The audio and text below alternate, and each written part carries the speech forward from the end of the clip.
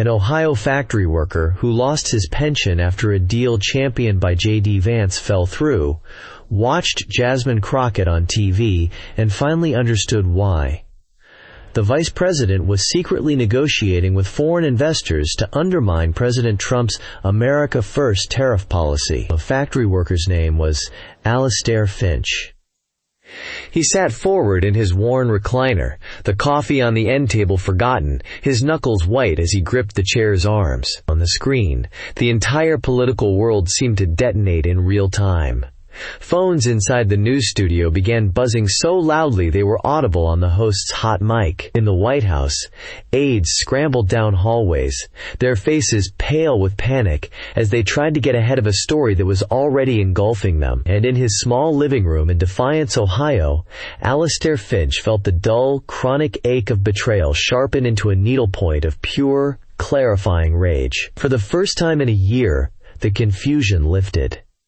He wasn't just a casualty of economic trends. He was a pawn in a game he never knew was being played.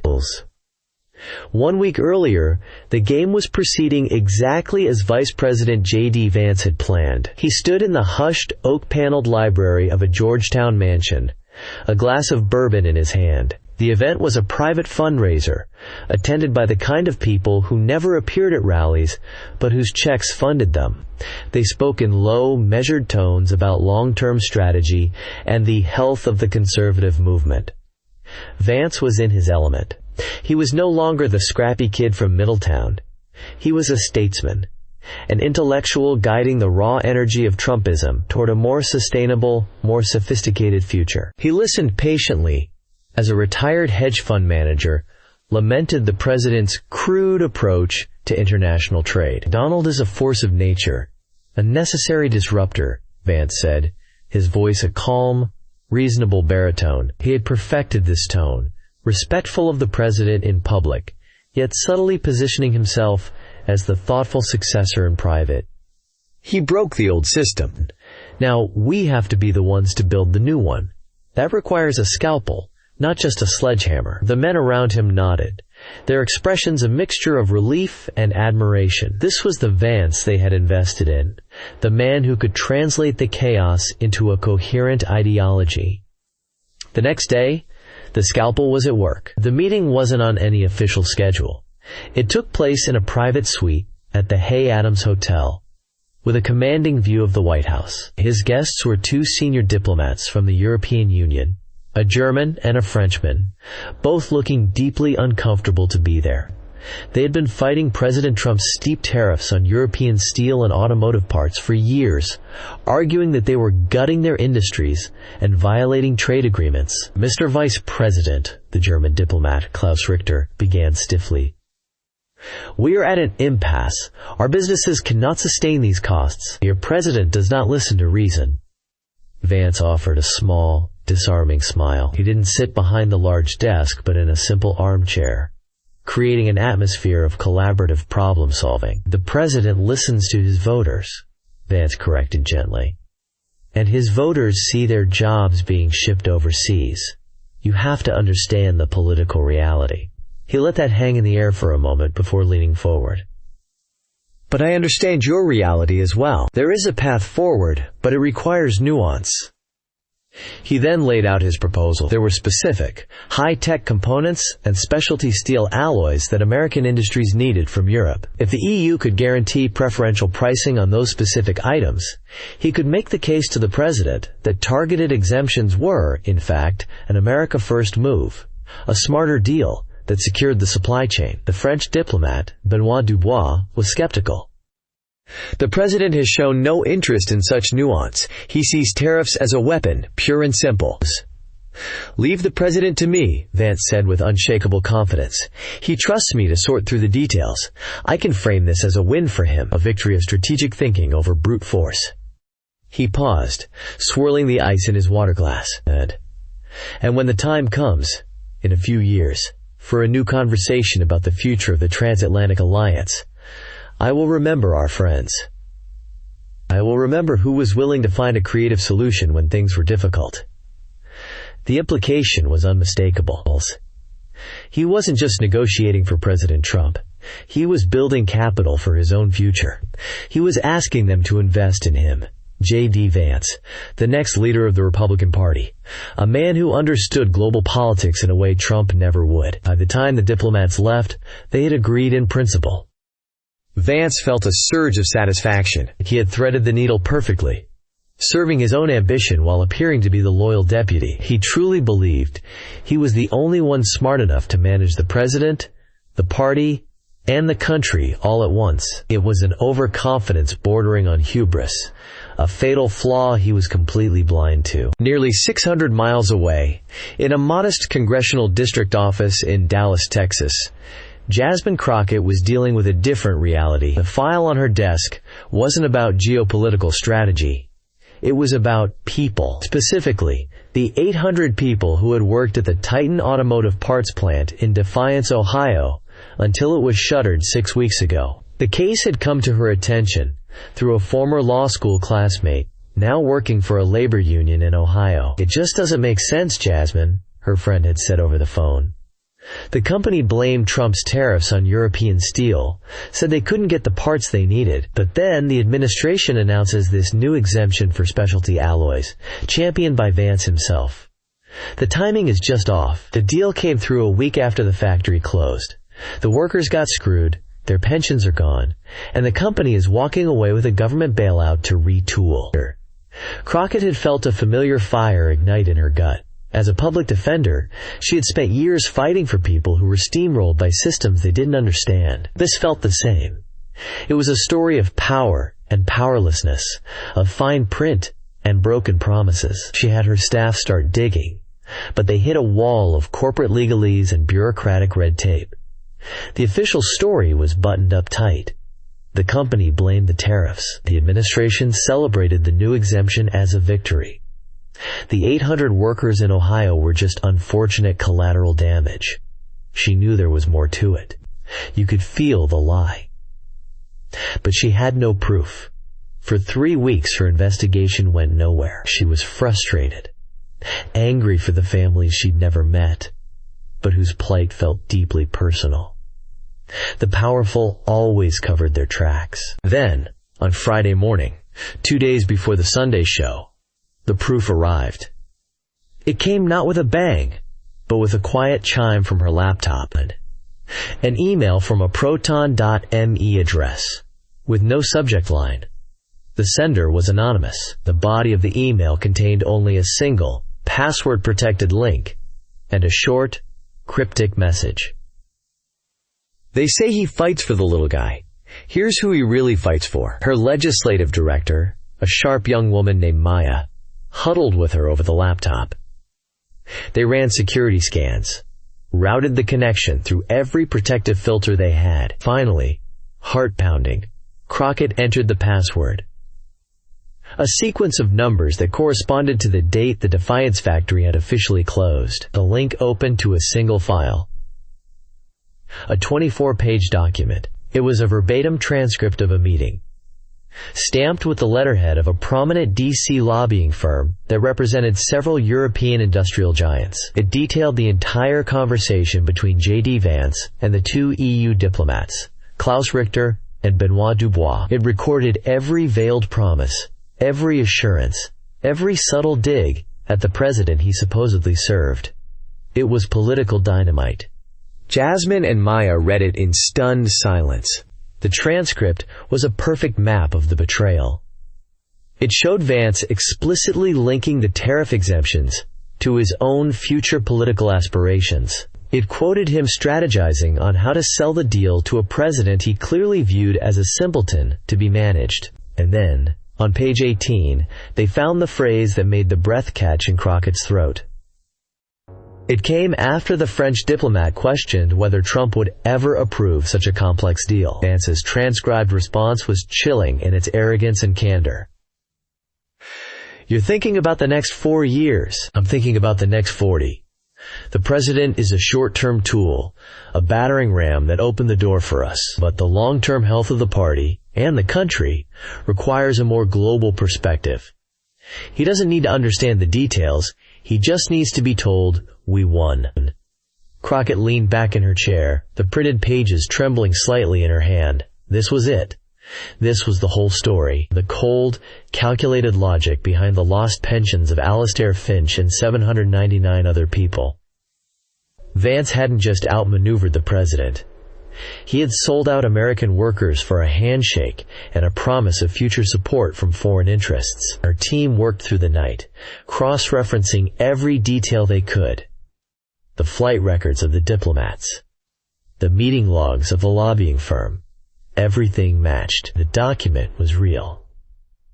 On Saturday morning, her communications director burst into the office. "Jasmine, you're not going to believe this. State of the Union just called. Their scheduled guest from the administration canceled. They want to know if you can fill in tomorrow.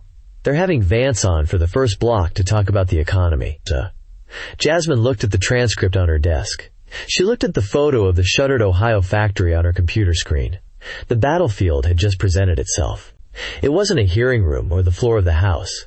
It was live, national television, with the antagonist delivered right to her. There was no time to build a committee investigation, no time to leak it and let the press corps handle it.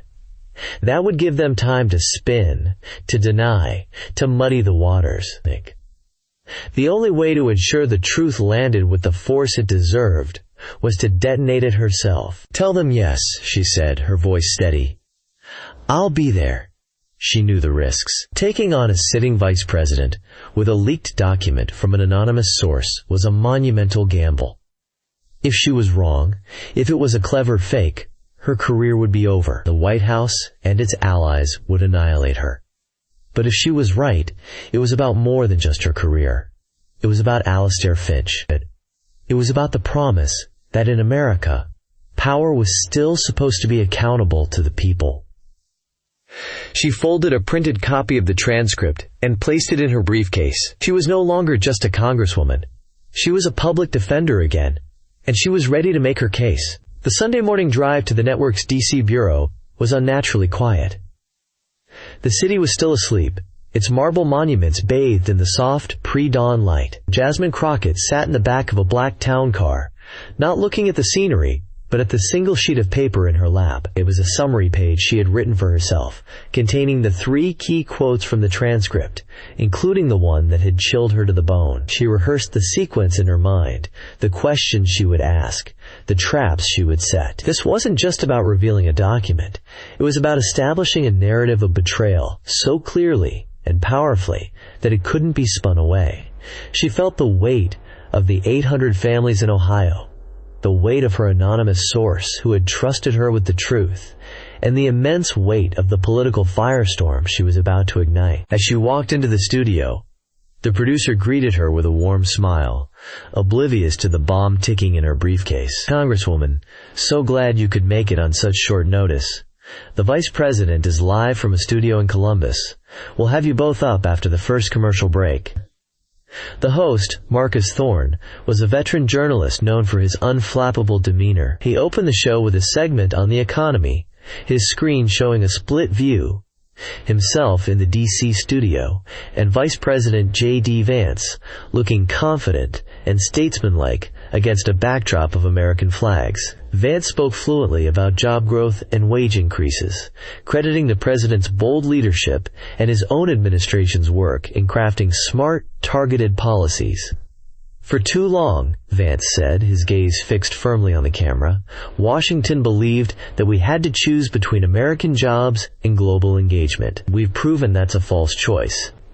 By negotiating tough, strategic deals, like the recent tariff exemptions on specialty European components, we are ensuring our industries have what they need to dominate the 21st century. It's about being strong and smart."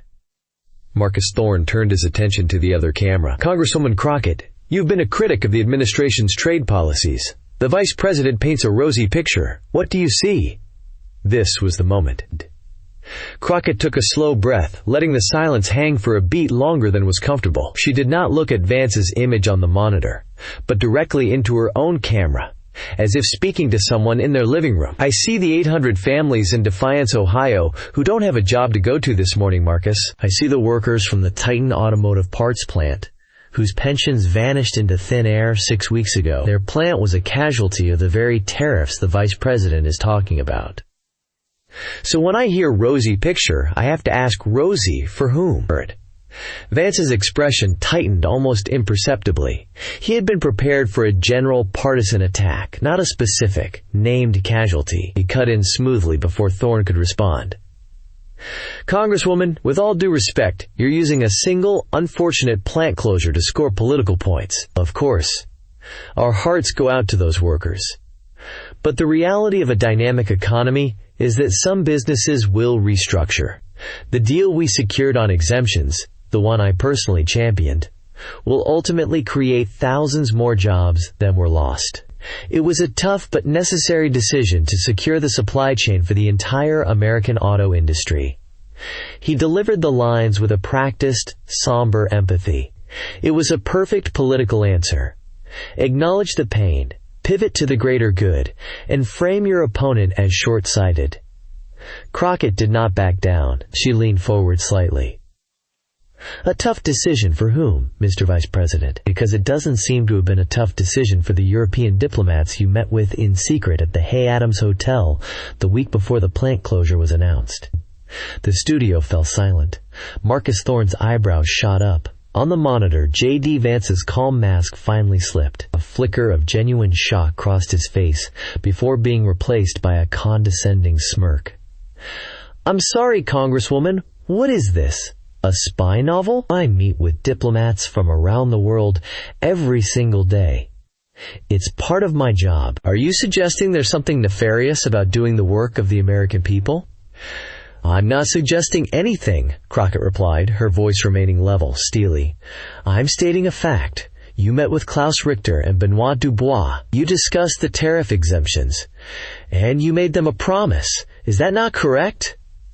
Vance laughed, a short, sharp bark of disbelief. This is a new level of desperation from the other side. You're throwing out names you likely read on a blog somewhere and trying to create a conspiracy.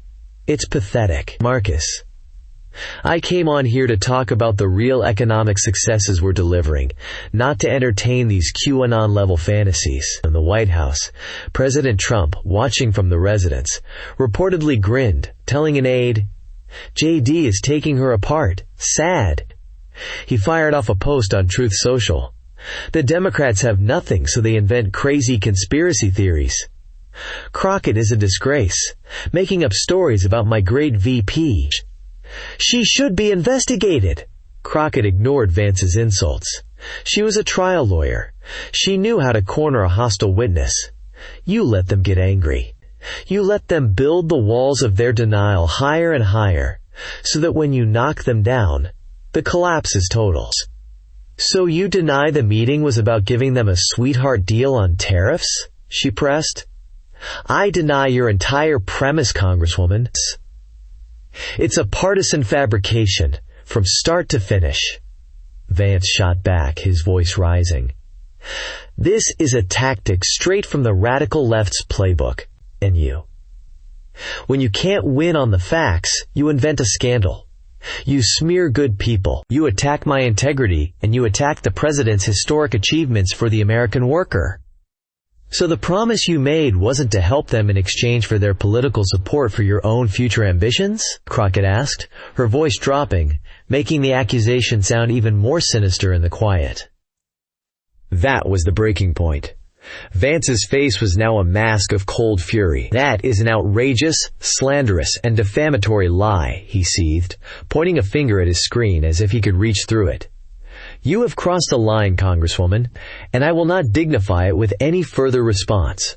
Marcus, if you're going to allow your program to be hijacked for these kinds of baseless personal attacks, then this interview is over. Marcus Thorne, caught in the crossfire, tried to intervene. Mr. Vice President, Congresswoman Crockett, let's pull back. But Crockett knew this was her moment. The trap was sprung. He had issued a full, unequivocal, angry denial. He had called her a liar. He had left himself no room to maneuver. It's only a lie, Mr. Vice President, if it isn't true, she said calmly.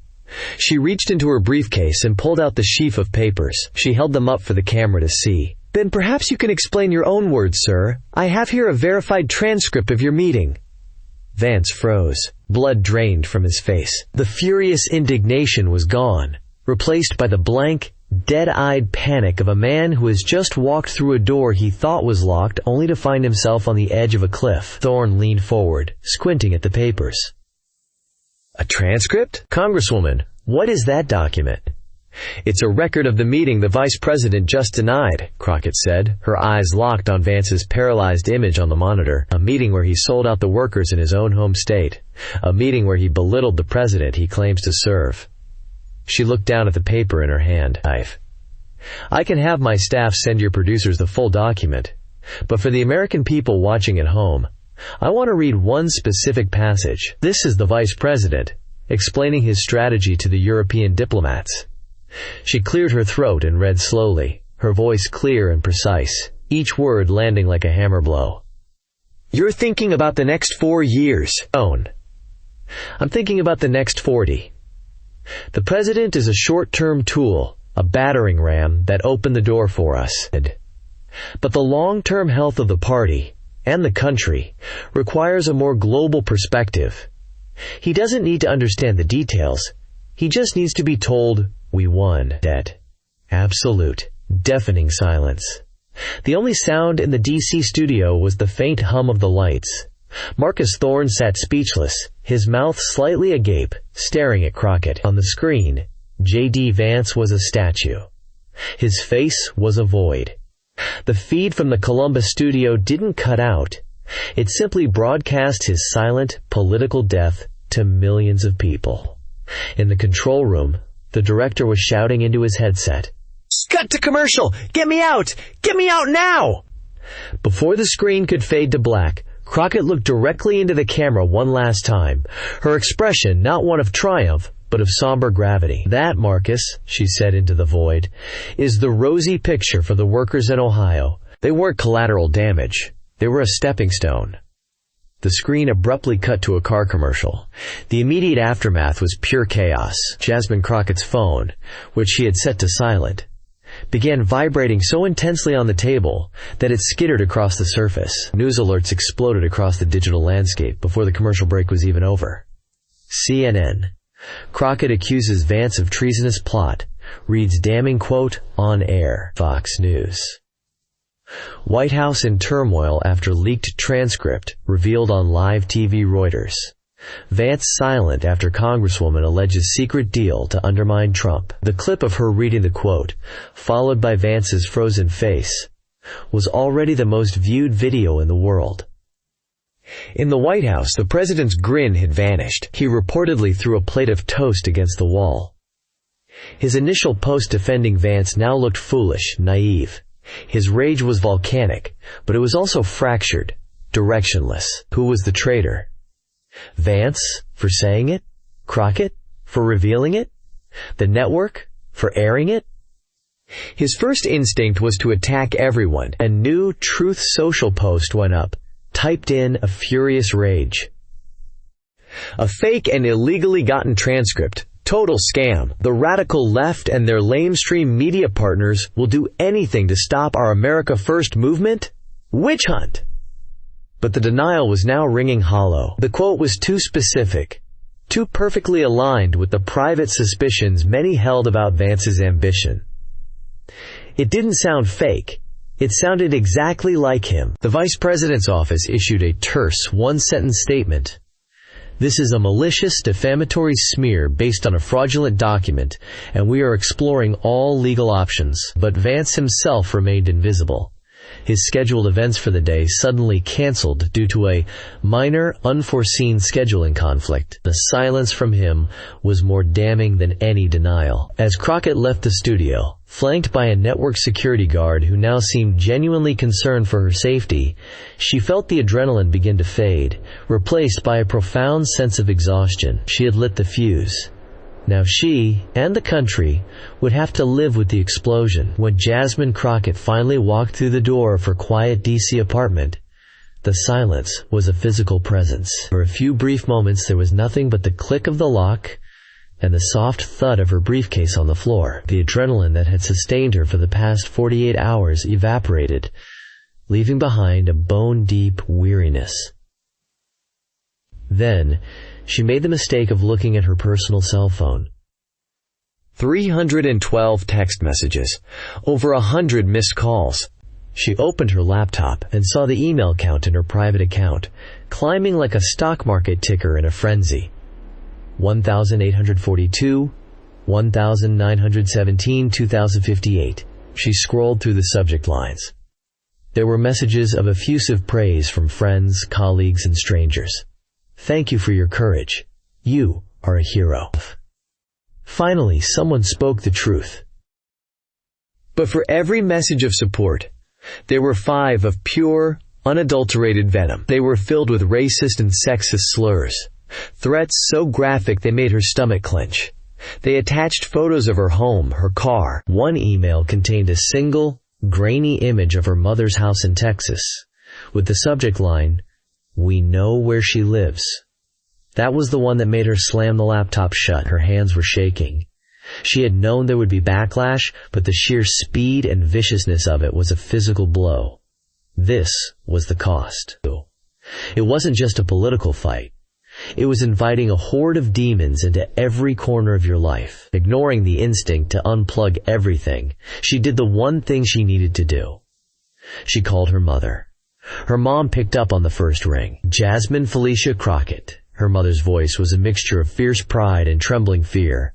"Are you okay?" "I'm fine, Mama. I'm okay," Jasmine lied, trying to keep her own voice from shaking. "I saw it, baby. The whole thing. My prayer group is going wild.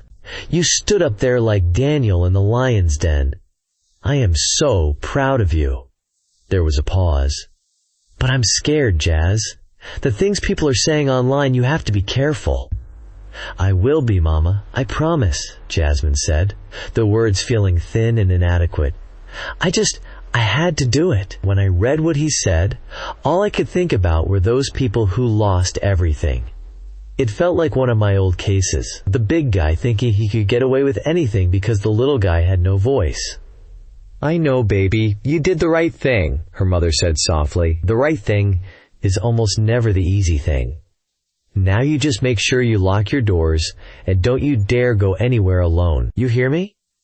"I hear you, Mama." After she hung up, Jasmine sat in the dark for a long time, the glow of the city lights outside offering no comfort. The victory on television felt a million miles away. In its place was the cold, isolating reality of the fight ahead. For the next week, that fight was a brutal war of attrition. The White House, recovering from its initial shock, launched a ferocious counteroffensive. The president held a rally where he called Crockett a traitorous liar and waved a copy of the Titan Automotive Factory's press release, blaming Democrat regulations for the closure. Pro-administration news outlets ran round-the-clock segments, questioning the authenticity of the transcript, calling it a deep-fake document and a sophisticated foreign intelligence operation designed to destabilize America. They brought on experts to analyze the grammar and claim it didn't match Vance's speech patterns. The story was successfully being muddied, turned from a clear act of betrayal into a confusing partisan brawl. Crockett's colleagues defended her, but their voices were struggling to cut through the noise. The narrative was slipping away. The tide turned on a Tuesday evening, not from a friendly source, but from the one place no one expected. General Elias Vance, a retired 4-star Marine general, former national security advisor, and a revered figure in traditional conservative circles, appeared on a rival news network. He was a man of immense public gravity, known for his bluntness and his unwavering belief in the chain of command. He shared the vice president's last name, but no relation, and certainly no love, for the populist wing of the party. The host asked the general for his take on the Crockett transcript. "I find the leaking of classified or private conversations to be dishonorable," the general began, his voice a low rumble. "It is a breach of trust. However," he paused, looking directly at the camera, "I spent 40 years in the United States Marine Corps. I know how ambitious, educated young officers talk when they believe they are speaking in confidence." The quote attributed to the vice president, "It has the ring of authenticity." The host, stunned, pushed him further. "But more importantly than my opinion," the general continued, cutting him off, "the accusation itself is among the most serious that can be leveled against a member of the executive branch. The charge that a vice president is conducting his own foreign policy and actively working to manipulate the president he serves is a dagger aimed at the heart of our constitutional order. This cannot be a partisan issue. It is a national security issue. For the sake of the office he holds, and out of respect for the president he serves, Vice President Vance must demand a full, transparent investigation to clear his name. The American people must see the full, unredacted document and know if it is real." The general's words landed with the force of an artillery shell. He hadn't defended Crockett. He had superseded her. He had reframed the entire debate. It was no longer about a Democratic congresswoman versus a Republican vice president. It was about honor, duty, and the security of the nation. The calls for the full transcript were no longer just coming from the left. They were now echoing from the bastions of the conservative establishment. The pressure became immense. 2 weeks after her initial television appearance, Jasmine Crockett walked onto the stage at the National Press Club. The room was packed, cameras crammed into every available inch of space. She looked calm, composed, the exhaustion and fear of the previous week invisible to the crowd. She stepped to the podium and did not begin with an attack. "Good morning," she said simply. "2 weeks ago I shared a quote from a document that I believed the American people had a right to hear. Since that day, my integrity, my motives, and my character have been attacked. The authenticity of the document has been relentlessly questioned. I am here today to end the speculation." She gestured to her staff, who began handing out thick packets to the assembled press. "You are now holding the full, 24-page, verified transcript of the meeting between Vice President Vance and representatives of the European Union. My office has used every available resource to confirm its authenticity, and we stand by it completely." A low murmur went through the room as journalists began flipping through the pages. "I am not going to read any more passages or offer my own interpretation," Crockett continued, her voice resonating with clarity. "The words in that document speak for themselves. This was never about political parties. This was about a promise. A promise made to people like Alastair Finch and his 799 co-workers in Defiance, Ohio. A promise that their government fights for them. That document proves that promise was broken, and that their livelihoods were traded for the currency of personal political ambition. The truth is now in your hands. Do with it what you will." She took no questions. She simply nodded, turned, and walked off the stage, leaving the political world to sift through the wreckage. 1 month after he first saw Jasmine Crockett on television, Alastair Finch stood in the fluorescent-lit basement of a local church. The air smelled of stale coffee and damp concrete. In front of him, sitting on mismatched folding chairs, were 50 of his former co-workers from the Titan plant. They looked tired, beaten down, their faces etched with the worry of unpaid bills and uncertain futures. A few weeks ago, this meeting would have been a pity party, a gathering to mourn what they had lost. Tonight was different. Alastair was no public speaker. He gripped a podium made of cheap particle board, his hands rough and calloused.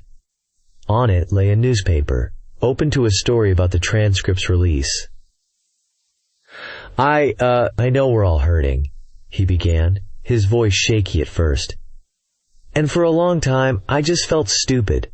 Like I'd been tricked, like I was just some dumb guy who didn't understand how the world worked." He looked up, meeting the eyes of the men and women who had stood beside him on the assembly line for decades.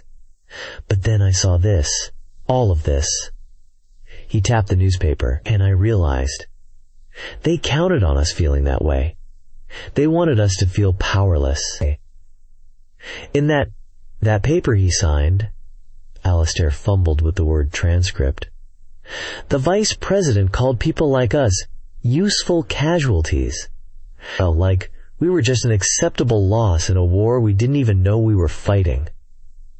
A low, angry growl went through the room. "Well," Alastair said, his voice growing stronger, steadier, "I'm tired of being a casualty.